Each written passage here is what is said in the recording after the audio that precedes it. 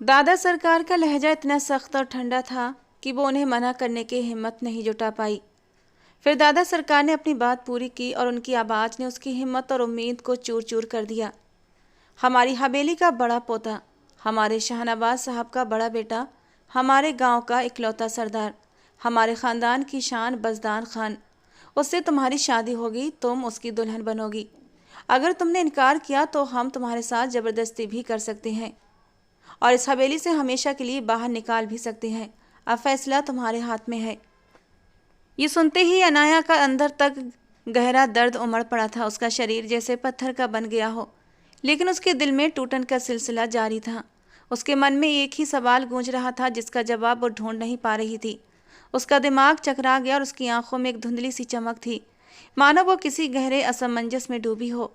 बज़दान खान का नाम सुनते ही उसकी सांसें अटक गईं। वो जानती थी ये नाम न सिर्फ उसके परिवार के लिए बल्कि पूरे इलाके के लिए खौफ की निशानी था। बज़दान खान वो निर्दयी सरदार जिसकी नज़रों में किसी की कोई अहमियत नहीं थी, जिसका दिल इंसानियत से खाली था। उसकी शख्सियत और उसका रौब ऐसा था जो आसपास की फिजाओं में एक तूफान की तरह महसूस होता था। वो ऐसा इंसान था जिसके सामने हर कोई मजबूर और बेबस था। अनाया ने सिर झुकाकर चुपचाप दादा सरकार की बातें सुनी। जब उसने उनकी तरफ देखा तो अचानक खड़ी हो गई। उसकी आंखों में एक बेचैनी थी और हर वो शब्द की गहराई को समझ रही थी। उसके दिमाग में एक तूफान चल रहा था। उसे यकीन था ये फैसला उसकी तकदीर का फैसला होगा।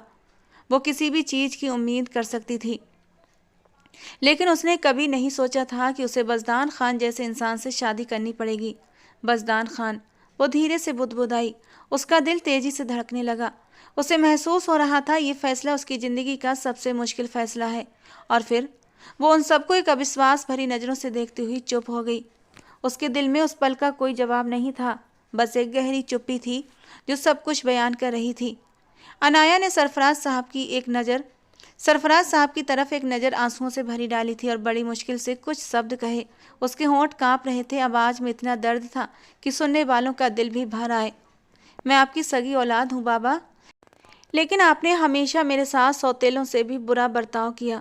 मेरे पास अब कोई चारा नहीं है, मेरे पास कोई छत नहीं है। मैं बहुत बेबस हूँ और एक बेबस इंसान का हर कोई फ़ायदा उठाता है। जैसा आप लोग चाहते हैं वैसा ही होगा। मैं कुछ नहीं बोलूँगी। उसके ये शब्द जो उसकी आत्मा की गहराई से निकले थे सीधे सरफराज साहब के दिल में उतर गए। उसकी बातों में इतनी सच्चाई और दर्द था कि सरफराज साहब का दिल भारी हो गया। उन्हें एहसास हुआ उन्होंने अपनी बेटी के साथ कितनी ज़्यादतियाँ की हैं, लेकिन उनके अंदर एक गुस्सा और गिलानी भी उठ रही थी, क्योंकि वो जानते थे अब वो इस हालात को बदल नहीं सकते, क्योंकि सरफराज साहब के बाबा साहब का ये फैसला था और इसे बदलना नामुमकिन था। इसी बीच अनाया के छोटे भाई ने भी अपनी बहन की तरफ देखा। उसका दिल भी टूट गया था और वो भी इस पल में बेबस महसूस कर रहा था। वो जानता था बज़दान खान के सामने किसी की कोई अहमियत नहीं। उसका दिल मानो पत्थर का था और वो किसी भी हद तक जा सकता था। सरफराज साहब की बेचैनी बढ़ती जा रही थी। बज़दान खान गांव से बाहर काम से गया हुआ था, लेकिन उसकी बाप से करीब ही थी। सरफराज साहब जानते थे दादा सरकार ने अनाया और बज़दान के रिश्ते का फैसला बहुत पहले ही कर लिया था, लेकिन वो अब भी अपने मन को शांत करने का कोई रास्ता खोज रहे थे। सबसे बड़ी वजह बज़दान खान का रवैया था। सरफराज साहब जानते थे बज़दान खान गुस्से का बहुत तेज था और उन्हें अपनी बेटी के स्वभाव का भी पता था। उनकी बेटी बेहद मासूम थी और वो ये समझते थे कि वो बज़दान खान के साथ नहीं रह पाएगी। यही कारण था वो चाहकर भी कभी अनाया से इस रिश्ते के बारे में बात नहीं कर सके थे। लेकिन जब अनाया ने कहा वो हमेशा के लिए इस हवेली में रहना चाहती है, तो उन्होंने बाबा साहब से इस मुद्दे पर बात करने का मन बना लिया। और जब उन्होंने मुराद खान से इस बारे में बात की तो उन्होंने एक ही बात कही, अगर तुम्हारी बेटी हमेशा के लिए इस हवेली में रहना चाहती है तो उसे हमारे बड़े पोते बज़दान से शादी करनी होगी। इस तरह वो हमेशा हमेशा के लिए हवेली की होकर रह जाएगी और कभी यहाँ से निकलने के बारे में नहीं सोचेगी, क्योंकि हम नहीं चाहते हमारी हवेली की इज्जत अब हवेली से बाहर जाए। उसकी माँ ने जितनी हमारी इज्जत उछालनी थी उछाल ली, लेकिन अब अनाया हमारी इज्जत को उछाले, हम ये बर्दाश्त नहीं करेंगे। लेकिन सरफराज साहब के दिल में एक चाहत थी कि बज़दान खुद इस रिश्ते से इनकार कर दे, क्योंकि वो जानते थे बज़दान एक सख्त और बेरहम इंसान है जो उनकी बेटी के साथ अच्छा व्यवहार नहीं करेगा। वो उनकी फूल सी मासूम बेटी को कुचल कर रख देगा और अंदर ही अंदर वो अपने इस दुख को पीती रहेगी, लेकिन उफ तक नहीं करेगी। कुछ दिनों बाद बज़दान हवेली लौट आया। बज़दान का हवेली में होना पूरी हवेली को एक सन्नाटे से भर देता था। हर कोई उससे डरा सहमा रहता। नौकर तो उसके सामने थर थर कांपते थे कि पता नहीं कब उसका गुस्सा कयामत बनकर टूट पड़े। उसकी पर्सनालिटी में एक अजीब सा घमंड और गरिमा थी। उसकी ऊंची कदकाठी और मजबूत शरीर देखकर कोई भी उससे प्रभावित हो जाता। उसका सफ़ेद शलवार कुर्ता पहने हुए था और कंधे पर एक काली शॉल रखी थी जो उसकी मजबूत पर्सनालिटी को और भी निखार रही थी। उसका चेहरा बेहद खूबसूरत और मन मोहने वाला था। एक नज़र में कोई भी उसे देखता तो कह नहीं सकता था कि इंसान गुस्से का इतना तेज है। और उसकी आंखों में एक गहरी ठंडक और सादगी झलक रही थी, जैसे वो हर पल किसी चुनौती के लिए हमेशा तैयार हो। जब वो मर्दान खाने में दाखिल हुआ तो वहाँ मौजूद सभी लोग आदर से खड़े हो गए। उनके चेहरे पर प्रशंसा और सम्मान की झलक थी, क्योंकि वो गांव का सरदार था। उसने किसी को नज़रअंदाज नहीं किया, बस हल्के से सिर हिलाकर सबका सलाम कबूल किया और सीधा दादा सरकार के पास आकर उनसे गले मिला। मुराद खान ने उसका स्वागत बहुत गर्मजोशी से किया। कमरे में मौजूद सभी लोग चुप थे। हर किसी की नज़रें मुराद खान और बज़दान की बातचीत पर टिकी थीं। थोड़ी देर बाद मुराद खान ने कमरे में मौजूद लोगों को इशारा किया और सभी वहाँ से खामोशी से चले गए। अब कमरे में सिर्फ मुराद खान और बज़दान खान रह गए थे। कुछ पलों की खामोशी के बाद मुराद खान ने बात का रुख बदला और धीमे स्वर में बोले, बज़दान, हमें तुम्हारी शादी के बारे में बात करनी है। बज़दान ने गंभीरता से उनकी ओर देखा। मुराद खान ने उसकी आंखों में आंखें डालकर कहा, हमने तुम्हारा रिश्ता सरफराज की बेटी अनाया के साथ तय कर दिया है। हम अपनी पोती को किसी और परिवार में नहीं दे सकते। तुम जानते हो, अगर हमने अनाया की शादी किसी और परिवार में की तो हमारा उससे कोई रिश्ता नहीं रहेगा। तुम्हारे चाचा ने जो गुनाह गैर बिरादरी की औरत से शादी करके किया है, उसका खमियाजा हमें ये रिश्ता करके भुगतना पड़ेगा। बज़दान ने बहुत सुकून से उनकी बात सुनी और बिना किसी भाव के कहा, दादा साईं, क्या ये सब बाकी बहुत ज़रूरी है? क्या मेरी ज़िंदगी और मेरी शादी के फैसले मुझे खुद करने का हक नहीं? उसके लहजे में ठंडापन और बेफिक्री थी। मुराद खान ने धीरे से सिर हिलाया और कहा, बज़दान, तुम हमारे लिए बहुत अहम हो और हमने तुम्हें आज तक हर बात की आज़ादी दी है, लेकिन तुम्हारी ज़िंदगी का फैसला हम करेंगे। तुम्हारी शादी बचपन में ही तय हो चुकी थी और हम अपनी पोती को किसी और के हवाले नहीं कर सकते। हमने इस फैसले पर बहुत सोच समझकर निर्णय लिया है और हमें यकीन है कि यही सही है। बज़दान ने सिर झुकाया और बस इतना कहा, जी दादा साईं, जैसा आप उचित समझें। इसके बाद वो वहाँ से चुपचाप चला गया। मुराद खान ने उसकी पीठ को गौर से देखा। न जाने क्यों उन्हें खतरे का एहसास हुआ। आज से पहले बज़दान ने उनके किसी भी फैसले पर सवाल नहीं उठाया था, लेकिन आज उसका ये रुख कुछ अजीब लगा था। फिर भी मुराद खान ने अपने इरादे और भी पक्के कर लिए थे। सरफराज साहब शहर की यूनिवर्सिटी में पढ़ाई कर रहे थे जब उन्हें जुलेखा बेगम से मोहब्बत हो गई थी। उनकी शादी पहले से ही उनके परिवार में ही तय थी, लेकिन वो जुलेखा बेगम की मोहब्बत में पूरी तरह डूब चुके थे। उन्होंने अपने बाबा साहब से छिपकर जुलेखा से निकाह कर लिया और उसे हवेली ले आए। जब मुराद खान को इस बारे में पता चला तो उन्होंने पूरी हवेली सर पर उठा ली।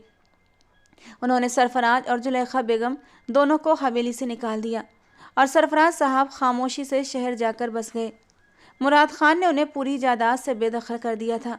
उनकी हर चीज़ उनसे छीन ली गई। वक्त गुजरता जा रहा था, लेकिन सरफराज की हालत बदतर हो चुकी थी। इसी दौरान जुलेखा बेगम उम्मीद से हो गई। वो मजबूरी में अपने बाप के पास लौटे। जब उनके बाबा साईं को उसकी औलाद के बारे में पता चला तो उनका दिल पिघल गया। उन्होंने गैर बिरादरी की औरत को कबूल कर लिया, लेकिन जैसे जैसे जुलेखा वहाँ रही उनकी ज़िंदगी मुश्किल होती गई। वो एक आज़ाद ख्याल औरत थी, लेकिन हवेली की बंदिशें देखकर उनका दम घुटने लगा। एक दिन उनके सब्र का पैमाना जवाब दे गया और उन्होंने हर चीज़ से हाथ खींच लिया और फिर हमेशा हमेशा के लिए हवेली छोड़ दी। वो सरफराज पर भी जोर डालती कि वो भी शहर आकर रहें, लेकिन सरफराज अपनी जड़ों से दूर नहीं रह सकते थे। वो इस उम्मीद में दिन गुजारने लगे कि एक दिन जुलेखा उनके पास लौट कर आएगी। कुछ महीनों बाद उन्होंने एक बेटी को जन्म दिया तो उनका दिल बदल गया। उन्होंने कोर्ट में केस कर दिया कि ना तो वो अपनी बेटी हवेली भेज सकती हैं और ना वहाँ रह सकती हैं। सरफराज साहब ने बहुत कोशिश की, लेकिन शायद उनके नसीब में जुलेखा का साथ नहीं था।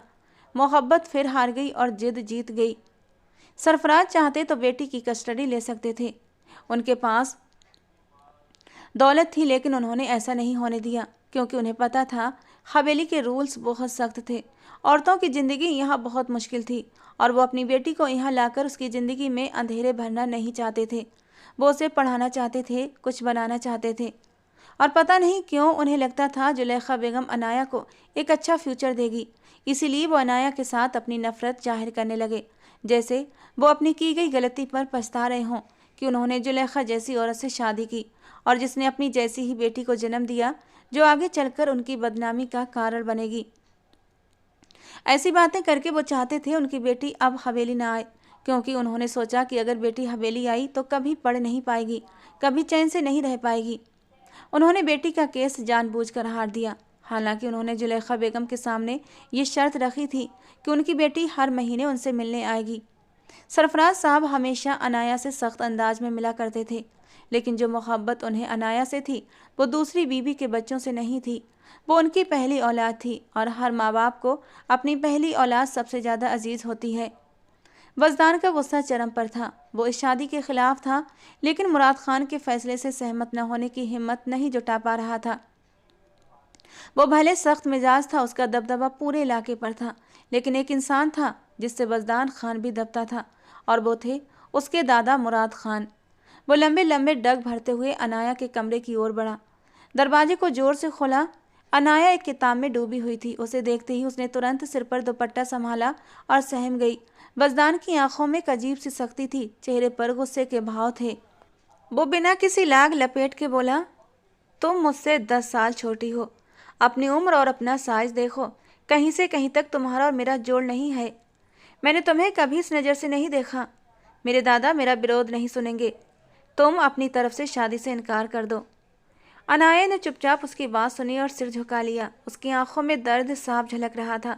उसने धीमे स्वर में कहा, मैं इनकार नहीं कर सकती, मेरी मजबूरियां हैं। काश आप समझ पाते।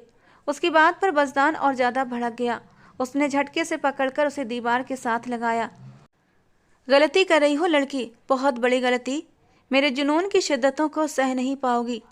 धीरे धीरे वो उसके करीब होता हुआ एक हाथ उसकी कमर में डालकर और एक हाथ उसके बाजू पकड़कर उसे अपने करीब कर चुका था और उसकी गर्दन पर अपनी गर्म सांसें छोड़ने लगा।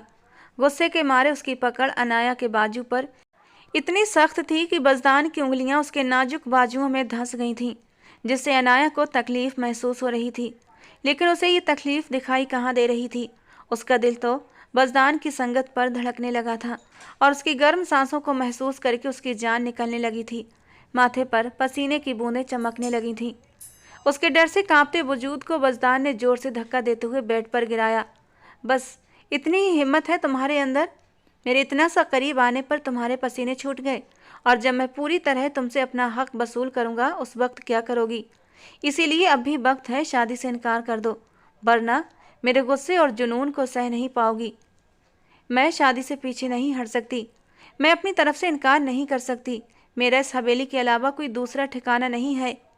अपनी आंखों में आए आंसू पोंछते हुए उसने कहा था, जबकि वजदान खान ने तैश में आकर कहा, साफ कहो, मेरी दौलत देखकर तुम्हारी नीयत खराब हो गई है। ठीक है, मुझसे शादी करो, लेकिन पछताना मत। आंखों में नफरत के शोले लिए वो उसे वॉर्न कर रहा था। अनाया ने उसकी कड़वी बातें सुनी और हल्की सी मुस्कान के साथ कहा, पछतावा मेरी किस्मत में पहले ही लिखा जा चुका है, अब और क्या कहूँ।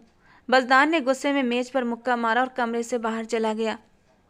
शादी के दिन हवेली में चहल पहल थी। रोशनी से जगमगाती हवेली, मेहमानों की चहलकदमी और खुशबू का माहौल।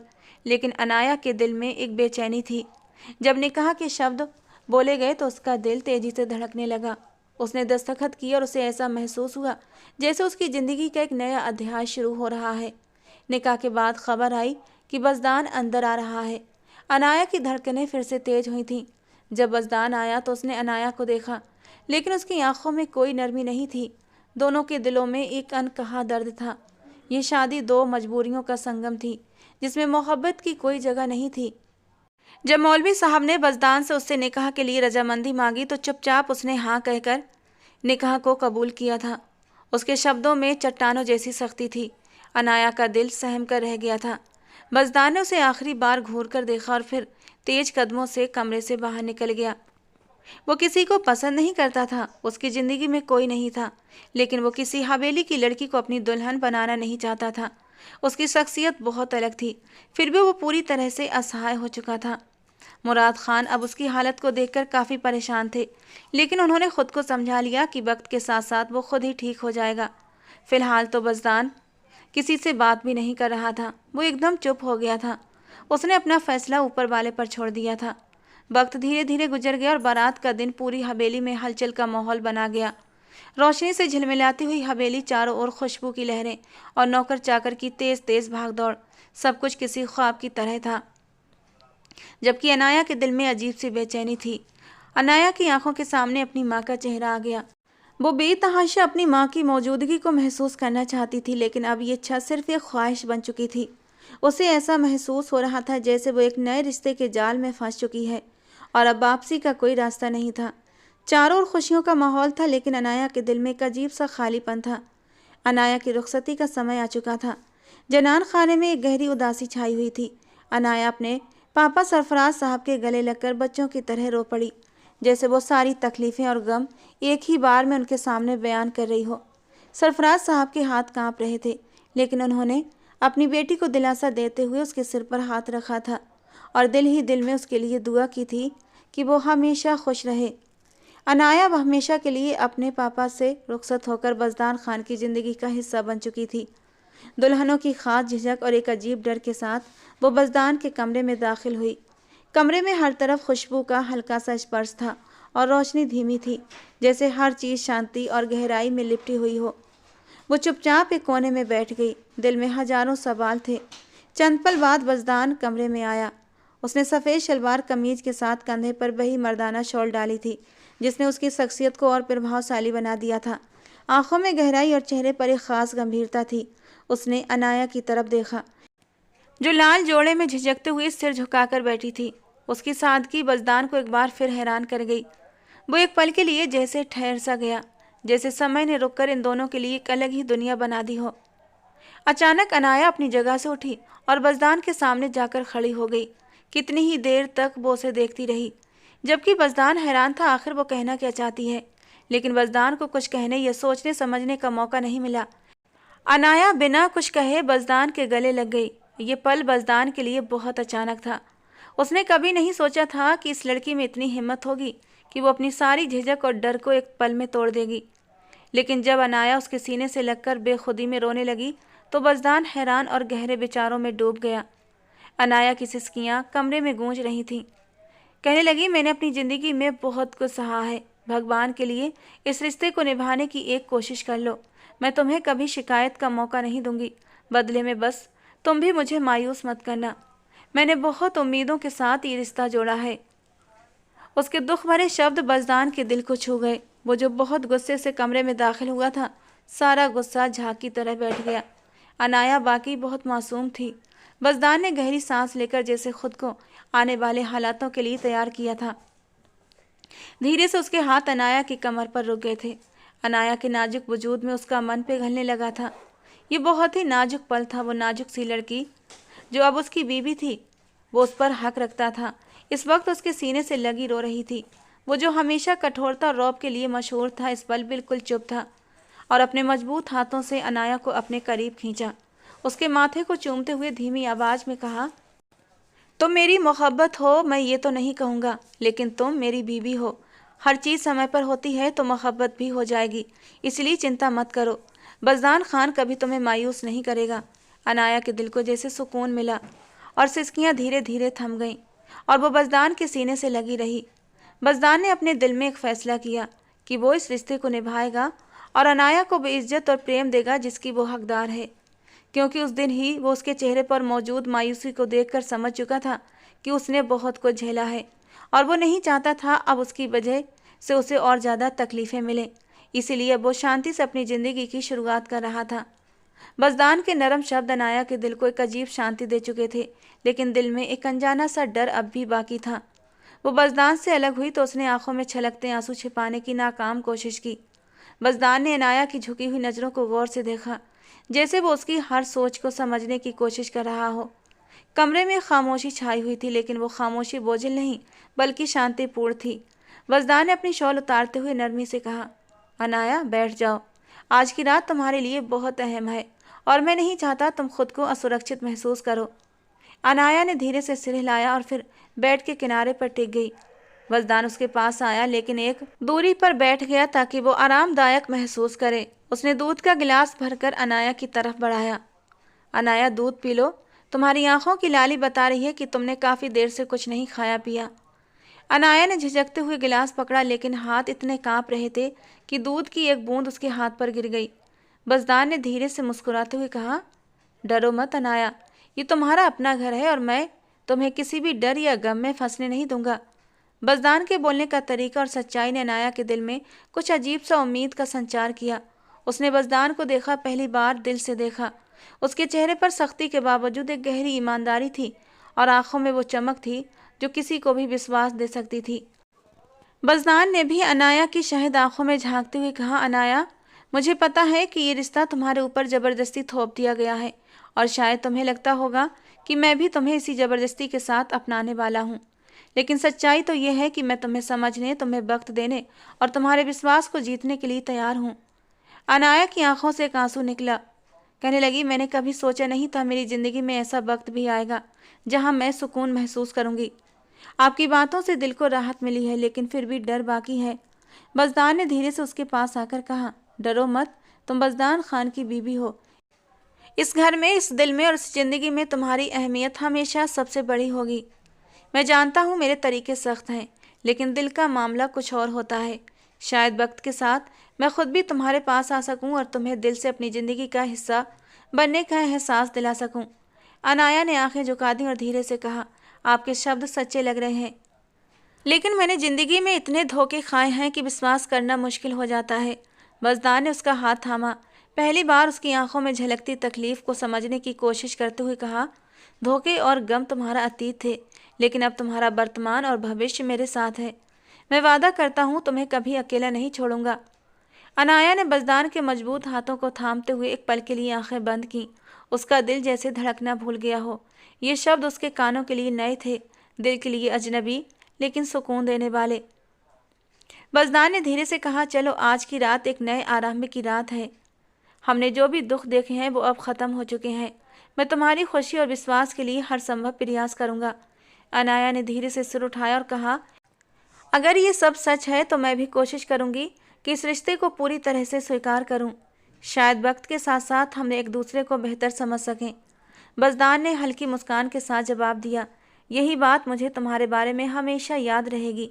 तुम्हारी मासूमियत और सच्चाई मेरे दिल को बहुत करीब ले आती है। कहते कहते उसने अनाया को खुद के करीब किया था और अपने होठों से उसके आंसुओं को चुनते हुए उसकी तकलीफ को कम करने लगा था, जबकि अनाया ने आंखें बंद करके बजदान के इस मोहब्बत भरे एहसास को महसूस किया था। बजदान ने अपना दिल अनाया की तरफ से साफ कर लिया और उसे उस रात इतनी मोहब्बत दी कि अनाया का पूरा पोर पोर मोहब्बत में डूब चुका था। सुबह का मंजर अपनी सारी चमक के साथ उभर रहा था। अनाया के दिल में डर और उम्मीद एक साथ समा रहे थे। रात की बातें और रात के वो सारे पल उसके दिमाग में घूम रहे थे। बजदान के शब्द और उसकी आंखों में झलकता ईमानदारी का ख्वाब जैसा लग रहा था। वो अभी ये सोच ही रही थी कि हल्की दस्तक के साथ दरवाज़ा खुला और बजदान सफ़ेद शलवार कुर्ता और काली शॉल पहने खड़ा था। उसके चेहरे पर बही गौरव और सरदारी का रौब था लेकिन आंखों में नरमी झलक रही थी। तैयार हो जाओ अनाया, हमें बाहर जाना है, बजदान ने नरमी से कहा। अनाया हैरानी से उसे देखने लगी। बाहर? लेकिन कहाँ? बस जो कहा है वही करो, उसने छोटा सा जवाब दिया लेकिन उसकी आवाज़ में सख्ती नहीं बल्कि नरमी और आदेश का मिला जुला भाव था। अनाया ने सिर हिलाया और तैयार होने लगी। कुछ पल बाद वो हल्के रंग के शलवार कुर्ते में बजदान के सामने खड़ी थी। सिर पर दुपट्टा रखा और आंखों में झिझक साफ नजर आ रही थी। बजदान ने उसे एक नज़र देखा और धीरे से कहा, तुम बहुत खूबसूरत हो अनाया। जबकि अनाया के गाल लाल हो गए और उसने नजरें झुका लीं। बजदान ने दरवाज़ा खोलते हुए उसे बाहर चलने का इशारा किया। जब भी दोनों हवेली के विशाल आंगन में पहुंचे तो वहां मौजूद हर व्यक्ति ने उन्हें हैरानी से देखा। बजदान खान, जो अपनी सरदारी स्वभाव के लिए मशहूर था, अपनी नई दुल्हन के साथ खड़ा था और उसका व्यवहार सबके लिए चौंकाने वाला था। उसे लग रहा था कि सबकी निगाहें उस पर टिकी हैं और वो इन निगाहों का सामना करने के काबिल खुद को नहीं समझ रही थी। लेकिन बजदान ने धीरे से उसका हाथ थामा और उसकी पीठ पर आत्मविश्वास भरी थपकी देते हुए कहा, तुम मेरे साथ हो, किसी बात की चिंता मत करो। दादा सरकार और बाकी मर्दान खाने के लोग बजदान खान को देख रहे थे जबकि औरतें जनान खाने से झांक रही थीं। बज़दान ने सबको संबोधित करते हुए कहा, ये मेरी पत्नी है अनाया, अनाया बज़दान खान। आज के बाद इसे वही इज्जत मिलेगी जो बज़दान खान की पत्नी को मिलनी चाहिए, और याद रखो कोई भी इसे कमतर समझने की कोशिश ना करे, वरना उसे मुझे जवाब देना पड़ेगा। बज़दान की गूंजती हुई आवाज़ ने सबको हैरान कर दिया। किसी ने भी बज़दान को इस अंदाज में बोलते नहीं देखा था। अनाया की आंखों में नमी आ गई। उसे यकीन नहीं हो रहा था यही बज़दान जो कल तक इस रिश्ते के लिए नाखुश था, आज सबके सामने उसकी मदद कर रहा था। बज़दान ने अनाया की तरफ देखा और मुस्कुराते हुए कहा, चलो हमें कुछ ख़ास मेहमानों से भी मिलना है। जब भी दोनों मेहमानों के बीच पहुँचे तो अनाया इतने सारे लोगों को देखकर घबराने लगी, लेकिन बज़दान ने अनाया को अपने साथ लगा लिया और नर्म और बहुत ही प्यार भरे तरीके से उसके कान में कहा, डरो मत, तुम्हें ये सब करना नहीं आता, लेकिन मैं तुम्हारे साथ हूँ। तुम धीरे धीरे ये सब कुछ सीख जाओगी। अनाया ने सिर हिलाया और बज़दान की बातों को दिल में बसा लिया। जब मेहमानों ने अनाया की तारीफ़ की तो बज़दान के चेहरे पर एक गर्व भरी मुस्कान आई। ये मेरी पत्नी है और ये हमारी हवेली का मान है। बज़दान के ये शब्द अनाया के दिल में उतर गए। वो जान गई कि अब वो अकेली नहीं है। बज़दान ने उसे अपना समर्थन और मोहब्बत का यकीन दिला दिया। शाम को जब वे दोनों अपने कमरे में पहुँचे तो अनाया ने बज़दान को संबोधित करते हुए कहा, आज आपने मेरे लिए जो कुछ किया उसका बहुत बहुत शुक्रिया। मैंने कभी नहीं सोचा था कि कोई मेरे लिए इस तरह खड़ा होगा। बज़दान ने मुस्कुराते हुए कहा, शुक्रिया की ज़रूरत नहीं अनाया, तुम मेरी पत्नी हो और तुम्हारी इज्जत करना मेरा फ़र्ज़ है। ये रिश्ता हमारे बीच ज़बरदस्ती का नहीं होना चाहिए। मैं चाहता हूँ हम दोनों इसे अपनी मर्जी और मोहब्बत से निभाएं। अनाया ने बज़दान की तरफ देखा और उसकी आंखों में वो चमक देखकर वो खुद को सुरक्षित महसूस करने लगी। मैं वादा करती हूँ मैं इस रिश्ते को पूरी ईमानदारी से निभाऊंगी। बज़दान ने उसके माथे पर प्यार करते हुए कहा, बस यही बात मुझे चाहिए थी। तुम्हारी सच्चाई और मोहब्बत इस रिश्ते को मजबूत बनाएगी। वक्त गुजरता गया और अनाया की ज़िंदगी में एक सुकून सा आ गया। बज़दान की मोहब्बत और ध्यान ने उसके दिल के सब जख्म भर दिए थे। वो अब पहले से ज़्यादा खुश दिखाई देने लगी। बज़दान अपनी ज़िंदगी के सभी अहम फैसले अनाया से सलाह के बिना नहीं करता था, और ये बात अनाया के दिल में उसके लिए मोहब्बत को और गहरा कर चुकी थी। हवेली में ज़िंदगी अपनी पारंपरिक रवानगी से गुजर रही थी, मगर अनाया के दिल में एक बेचैनी सी थी। वो कई दिनों से अपनी तबीयत में बदलाव महसूस कर रही थी, मगर ये बात बज़दान को बताने की हिम्मत नहीं कर पा रही थी। एक सुबह जब बज़दान काम के लिए जाने लगा तो अनाया ने हिचकिचाते हुए उसे रोका। बज़दान, उसने धीमी आवाज़ में पुकारा। बज़दान जो दरवाजे की तरफ बढ़ रहा था रुक गया और पलटकर उसकी तरफ देखा। हाँ अनाया, बोलो, खैरियत तो है? अनाया के चेहरे पर हल्की सी लाली छा गई। वो नज़रें झुकाकर बोली, आप शाम को जल्दी आ सकते हैं, मुझे आपसे एक ज़रूरी बात करनी है। बज़दान ने उसकी घबराई हुई हालत को महसूस करते हुए कहा, क्या बात है अनाया, सब ठीक तो है ना? अनाया ने हल्की मुस्कान के साथ कहा, सब ठीक है, बस आप शाम को जल्दी आ जाइएगा। बज़दान ने उसके सर पर हाथ रखकर नरम तरीके से कहा, ठीक है, शाम को जल्दी आ जाऊंगा। शाम का वक्त आया और बज़दान जल्दी घर पहुंच गया। अनाया जनान खाने में थी और उसकी आंखें बार बार दरवाजे की तरफ जा रही थीं। आखिरकार बज़दान कमरे में दाखिल हुआ तो अनाया का दिल ज़ोर ज़ोर से धड़कने लगा। अनाया, क्या बात है? तुमने सुबह कहा था कोई ज़रूरी बात करनी है। बज़दान ने उसके चेहरे पर छाई घबराहट को महसूस करते हुए कहा। अनाया ने एक पल के लिए उसे देखा, फिर नज़रें झुका लीं। बज़दान, मैं आपको कुछ बताना चाहती हूँ, मगर मुझे नहीं पता कैसे कहूँ। बज़दान ने हल्की मुस्कान के साथ कहा, ऐसी कौन सी बात है जो मेरी अनाया मुझसे कहने से डरती है? और फिर अनाया ने थोड़ा करीब आकर सरगोशी के अंदाज में कहा, बज़दान, आप बाबा बनने वाले हैं। ये सुनकर बज़दान हैरानी और खुशी के मिले जुले जज्बातों में फंस गया। कुछ पल के लिए खामोश खड़ा रहा, जैसे उसने जो सुना हो उसे समझने की कोशिश कर रहा हो। फिर उसके चेहरे पर एक बड़ी मुस्कान आई और वो अनाया के पास जाकर उसे अपने सीने से लगा गया। अनाया, ये खबर तुमने मुझे इतनी देर से क्यों दी? तुम जानती हो ये मेरी ज़िंदगी की सबसे बड़ी खुशी है, बज़दान ने जज्बात से भरे हुए लहजे में कहा। अनाया ने आंखों में नमी लाते हुए कहा, मैं डर रही थी कि कहीं आप नाराज़ ना हो जाएं। बज़दान ने उसके माथे को चूमते हुए कहा, नाराज़? अनाया, तुमने मुझे दुनिया की सबसे बड़ी खुशी दी है, मैं तुम्हें कभी नाराज़ नहीं हो सकता। तुम मेरी ज़िंदगी हो और अब तो मेरे बच्चे की माँ बनने वाली हो, ये मेरे लिए किसी नेमत से कम नहीं। अनाया के चेहरे पर सुकून आ गया और उसकी आंखों से खुशी के आंसू बहने लगे। बज़दार ने उसके आंसू पोंछते हुए कहा, अब तुम्हें अपनी सेहत का ख्याल रखना होगा। मैं चाहता हूँ तुम और हमारा बच्चा दोनों हमेशा खुश और सुरक्षित रहें। अगले कुछ दिनों में बज़दार ने हवेली के सभी लोगों को ये खुशखबरी सुनाई। सब ने अनाया के लिए दुआएं की और उसे बहुत प्यार दिया। बज़दार हमेशा अनाया का ख्याल रखता और उसकी हर ज़रूरत का ख्याल रखता। समय गुजरता गया। बज़दार और अनाया का रिश्ता मोहब्बत, विश्वास और सम्मान की नई ऊंचाइयों को छूने लगा। मोहब्बत और खुलूस से हर रिश्ता मजबूत हो सकता है, चाहे शुरुआत में कितना भी अंतर या दूरी हो। मगर दोनों तरफ से एहसास और बलिदान हो तो ज़िंदगी में खुशियाँ मुमकिन है। मोहब्बत को वक्त, सम्मान और विश्वास की ज़रूरत होती है। दोस्तों, कहानी के पहले भाग के लिए डिस्क्रिप्शन बॉक्स में दिए गए लिंक पर क्लिक करें और कहानी के पहले भाग को सुनें। ये कहानी का दूसरा और आखिरी भाग था। कैसा लगा कमेंट बॉक्स में ज़रूर बताना। रोज़ एक नई रोमांटिक कहानी सुनने के लिए हमारे चैनल को भी सब्सक्राइब करना दोस्तों।